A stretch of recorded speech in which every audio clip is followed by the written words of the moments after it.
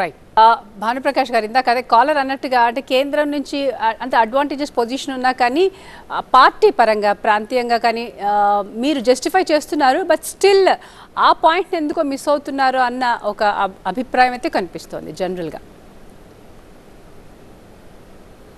అంటే ఎలాగంటే అది ఆంధ్రప్రదేశ్లో భారతీయ జనతా పార్టీ ఇంకా బలపడాల్సిన అవసరం ఉంది. వారు చెప్పినట్టు తెలంగాణలో కూడా దాదాపు ఈరోజు అభివృద్ధి పదంలో ముందుందని చెప్తున్నారు వాళ్ళు.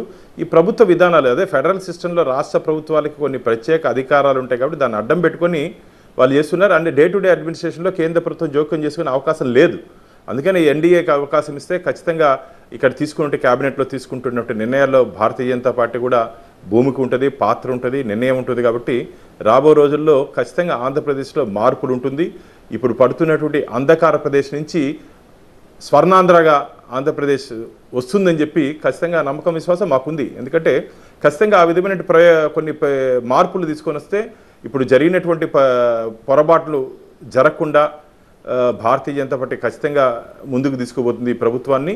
కాబట్టి రాబో రోజుల్లో ఆంధ్రప్రదేశ్కి స్వర్ణయుగం ఉంటుందని చెప్పి నేను చెప్తున్నా. ఎందుకంటే ఈ 5 సంవత్సరాల కాలంలో పూర్తిగా ఆంధ్రప్రదేశ్ అంధకార ప్రదేశ్గా మారిపోయింది. అభివృద్ధి కార్యక్రమాలు లేదు. ముఖ్యంగా శాంతి భద్రతలు ఉంటే తప్ప ఇన్వెస్టర్స్ వచ్చే అవకాశం లేదు. ఇన్వెస్టర్స్ కానీ వస్తే రాష్ట్ర ఆర్థిక ఆదాయం పెరుగుతుంది, యువతకు ఉద్యోగ అవకాశాలు దొరుకుతాయి. కాబట్టి అవేమి ఈ 5 సంవత్సరాల కాలంలో ఆంధ్రప్రదేశ్లో జరగలేదు. రాబో రోజుల్లో ఖచ్చితంగా వీటన్నిటిని అజెండాగా పెట్టుకొని మేనిఫెస్టోలో పెట్టుకొని మేము ముందుకు వస్తాం. ఏ విధమైన ఇప్పుడు పడుతున్నట్టు ఇబ్బందులన్నింటినీ అధిగమించి ఆంధ్రప్రదేశ్ని ముందుకు తీసుకుపోతామని చెప్పి మీ ద్వారా నేను తెలియజేసుకుంటున్నాను. రైట్. అలాగే అంటే పొత్తులు ఒక లక్ష్యం పెట్టుకొని మీరు కూటమి కట్టారు, పొత్తులు పెట్టుకున్నారు కాబట్టి 3 పార్టీలు అదంటే లీడర్ నుంచి కేడర్ వరకు చేరడానికి ఇంకొంచెం టైం పడుతుంది. మరి కేడర్ నుంచి జనరల్ పబ్లిక్కి అసలు ఎందుకు పొత్తులకు వెళ్తున్నాము, 3 పార్టీలు కలిసి ఏం చేస్తాయి అంటే రాష్ట్రం బాగు కోసము అని మీరు చెప్తున్నారు ఏదైతే ఉందో అది ప్రజల వరకు చేరేది లేదు. ఎందుకంటే కామన్ పీపుల్ ఆర్ అంటే గెట్స్ అట్రాక్టెడ్ టువర్డ్స్ ఆ టైంకి అంటే ఎలక్షన్ ముందు రోజు లేకపోతే నెల ముందు రోజు ఏం చెప్తే అది గ్రాప్ చేసుకుంటారు. తర్వాత 5 ఏళ్ళు ఏమైనా కానీ వాళ్ళు అంటే ఆలోచించరంత కామన్ పీపుల్. సో అది జనాలకి చేరేలాగా ఏ విధంగా మీరు చేయబోతున్నారు? ఆంధ్రప్రదేశ్ జనాలకి అర్థమైపోయిందండి. జగన్మోహన్ రెడ్డి గారి పరిపాలనలో ఆంధ్రప్రదేశ్ ప్రజలకి మేము చెప్పాల్సిన అవసరం లేదు, వారికి అర్థమైపోయింది. ఈ మధ్యకాలంలో అధికార పార్టీ మంత్రులు, ఎమ్మెల్యేలు గడప గడపకి వెళ్ళినప్పుడు ఆంధ్రప్రదేశ్ ప్రజల నుంచి వచ్చినటువంటి రియాక్షన్ వాళ్ళకి అర్థమైపోయింది. ఎందుకంటే ఈ ప్రభుత్వ విధానాలు బాలేదు, ఈ ప్రభుత్వ పనితీరు బాలేదు, ఈ ప్రభుత్వ మంత్రులు బాలేదు. అసలు మీరు నమ్ముతారో నమ్మరో ఈ 151 మంది ఎమ్మెల్యేలు ఎన్నిసార్లు ముఖ్యమంత్రిని కలిసారు చెప్పండి. ఈ కేబినెట్ మంత్రులు ఎన్నిసార్లు ముఖ్యమంత్రిని కలిసారు చెప్పండి. కేవలం తాడేపల్లి ప్యాలెస్కే పరిమితమయ్యారు తప్ప గాల్లో తిరిగే సీఎం, గాల్లో తిరిగే ముఖ్యమంత్రి భారతదేశంలో ఆంధ్రప్రదేశ్ రాష్ట్ర ముఖ్యమంత్రి ఒక్కరే ఉంటారండి, ఇంకెవరు ఉండరు. పరదాలు పెట్టుకొని ప్రజల మధ్య రాకుండా పరదాలు కట్టించుకొని కొన్ని వేల మంది పోలీసులు బందోబస్తు అవసరమా జగన్మోహన్ రెడ్డి గారు? మీరు అన్ని సక్రమంగా ప్రజల ఇష్టాలు తెలుసుకొని ప్రజల కష్టాలు తెలుసుకొని మీరు పనిచేస్తుంటే పరదాలు అవసరం లేదు, హెలికాప్టర్ అవసరం లేదు, నేరుగా ప్రజల దగ్గరికి వచ్చి ఉండే అవకాశం ఉంది. అవన్నీ కోల్పోయారు. కాబట్టి ప్రజలు పూర్తిగా మేము చెప్పకముందే, రాజకీయ నాయకులు మేము చెప్పకముందే ప్రజలు ఒక నిర్ణయానికి రావడం జరిగింది. ఎట్టి పరిస్థితుల్లోనూ జగన్మోహన్ రెడ్డి గారి ప్రభుత్వాన్ని తిరిగి అధికారంలోకి తీసుకురాకూడదని చెప్పి ప్రజల నిర్ణయానికి రావడం జరిగింది. జస్ట్ మేము పోయి వారు కనపడితే చాలు, వారు ఓటేసేదానికి సిద్ధంగా ఉన్నారు. మేము కనపడిపోయినా సరే ఓటేసేదానికి వారు సిద్ధంగా ఉన్నారు. Right.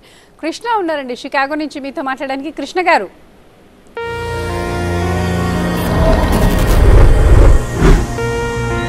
there is already enough garments in the world to clothe the next 6 generations of humanity.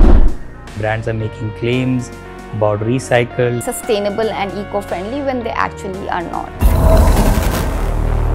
All fiber used in the fashion industry are synthetic, which are non-biodegradable, mainly polyester. And now we are buying clothes every single day. India is one of the biggest consumers for fast fashion, as well as one of the biggest producers.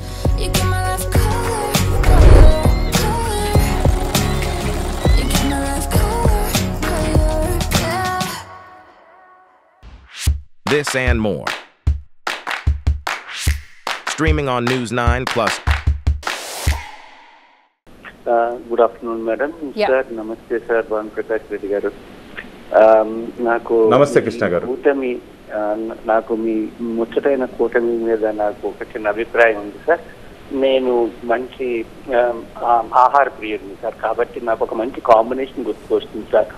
కందిపప్పు, mutton, fish కలిపి వండితే వచ్చే కూర లాంటి flavour వస్తుంది sir మీ మూడు పార్టీలు కలయిక. ఏ విధంగా వస్తుంది అంటే ఒక్కొక్క పార్టీకి ఒక్కొక్క విధానం ఉంది సార్. ముగ్గురు కలిపి దయచేసి ఏదైనా డయాస్ మీద నిలబడి ఆంధ్రప్రదేశ్కి ప్రత్యేక హోదా ఇస్తామని కానీ, విశాఖ స్టీల్ ప్లాంట్ని ప్రైవేటీకరించమని కానీ, లేదు అని అంటే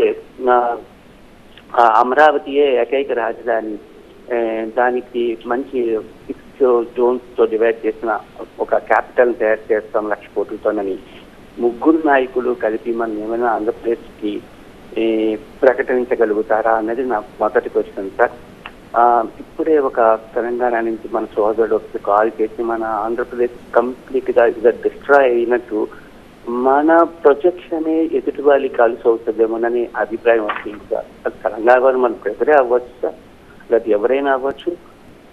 మన స్టేట్ అంతా చెడిపోయిందని నేను అనుకోవట్లేదు సార్. ఆంధ్రప్రదేశ్ ఎప్పటికీ బాగుంటుంది. ఒక లీడర్ వల్ల, ఒక నాయకుడి వల్ల 5 సంవత్సరాల్లో ఆంధ్రప్రదేశ్ అడుగుతున్న స్థాయికి ఎప్పటికీ రాదు సార్. ఎందుకంటే ఆంధ్రప్రదేశ్కి ఉన్న క్యాపబిలిటీస్ ఎప్పటికీ ఉంటాయి sir. We are the one of the best state in India, one of the best state.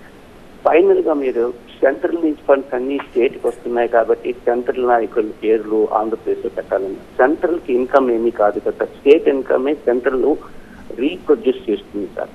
So దానికి అందు గురించి దాన్ని స్టేట్ ప్రొజెక్ట్ చేసిందని స్టేట్ లీడర్ పేరు ఏ యుద్ధ ట్యాంక్కైనా లేకపోతే ఏ ట్రైన్కైనా ఒక రాష్ట్రానికి సంబంధించిన నాయకుడి పేరు కానీ ఏదైనా భారతదేశంలో ఇప్పుడు ఎవరైనా పెడుతున్నారా? సో స్టేట్లో ఉండే ఫండ్ని స్టేట్ లీడర్ పేరు ప్రొజెక్ట్ చేసుకుంటారు అనేది నా అభిప్రాయం సార్. దీని గురించి మీరేమైనా అభిప్రాయం చెప్పగలుగుతారా సార్? రైట్. మీరు ఈ కాంబినేషన్ని భోజన ప్రియులు కాబట్టి మీరు భోజనాల్లో ఉన్నటువంటి కూరలతో కంపేర్ చేశారు. మేము ఇది పవిత్ర త్రివేణి సంగమంగా మేము భావిస్తున్నామండి. 3 పవిత్ర నదులు కలిసి ఆంధ్రప్రదేశ్లో రాబోతున్నాయి. ఆ పవిత్ర నదులు ప్రవాహంలో ఖచ్చితంగా ఆంధ్రప్రదేశ్ సస్యశ్యామలం అవుతుంది. ఇప్పుడు ఇంతకుముందు తెలంగాణ నుంచి చేసినటువంటి మిత్రులు కానీ మీరు కానీ ఏది బాధపడుతున్నారో ఆంధ్రప్రదేశ్ గురించి అందరూ మాకు కూడా బాధగా ఉందండి. ఆంధ్రప్రదేశ్లో పుట్టి ఇక్కడ పెరిగినటువంటి బిడ్డగా ఆంధ్రప్రదేశ్ గురించి ఇలా మాట్లాడంటే మాకు కూడా బాధగా ఉంది. కానీ వాస్తవాలు ఇలా ఉన్నాయి, ఆంధ్రప్రదేశ్ రాష్ట్రంలో వాస్తవాలు ఇలా ఉన్నాయి కాబట్టే మేము మాట్లాడుతున్నాం.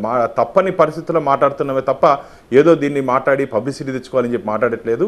ఆంధ్రప్రదేశ్లో ఉండే పరిస్థితుల్ని అద్దంలో టీవీ నేను ద్వారా మీకు చూపిస్తున్నాం. ఎందుకంటే మీరు దూరంగా ఉన్నారు, యుఎస్లో ఉన్నారు, అమెరికాలో ఉన్నారు కాబట్టి ఇక్కడ ఉండే పరిస్థితులు మీకు చూపిస్తున్నామే తప్ప మాకు కూడా బాధగా ఉంది. ఆంధ్రప్రదేశ్లో ఈ విధంగా ఇబ్బంది పడుతున్నామని చెప్పి ఖచ్చితంగా ఈ త్రివేణి సంగమం రాబో రోజుల్లో ఖచ్చితంగా ఈ పవిత్ర నదీ జలాలు ఆంధ్రప్రదేశ్లో సస్యశ్యామలం చేస్తుంది.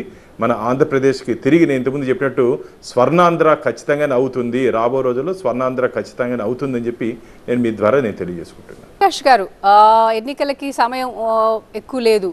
సో ప్రయారిటీ వైజ్గా తీసుకుంటే ఆంధ్రప్రదేశ్లో ప్రజల అవసరాలను బట్టి అంటే ప్రచారం ఎలా చేయబోతున్నారు? ముందుగా ప్రయారిటీ తీసుకుంటే 5 అంశాలు ఏముంటాయి? అవినీతి రహిత ప్రభుత్వాన్ని అందిస్తాం, పోలవరాన్ని పూర్తి చేస్తాం, అమరావతిని పూర్తి చేస్తాం, పారిశ్రామిక అభివృద్ధిని తీసుకొని వచ్చి నిరుద్యోగ యువతకి ఉద్యోగ అవకాశాలు కల్పిస్తాం.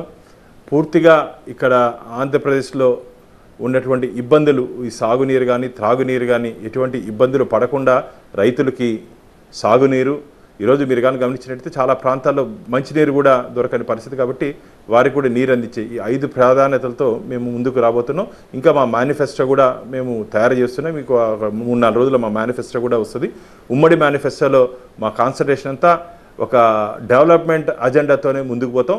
ఈ 5 సంవత్సరాల కాలంలో 1, 2, 3, 4, 5 సంవత్సరాల కాలంలో ప్రయారిటీ వైజ్ ఏదేది ముఖ్యమో 3 పార్టీలు కలిసి నిర్ణయించుకొని ఖచ్చితంగా నేనైతే చెప్పగలుగుతాను 2029 నాటికి ఆంధ్రప్రదేశ్ ప్రజలు తిరిగి ఈ కూటమే కావాలి, ఈ నాయకులే కావాలి అని చెప్పి ప్రజలు ఆశీర్వదించే దిశగా ఈ కూటమి పనిచేస్తుంది.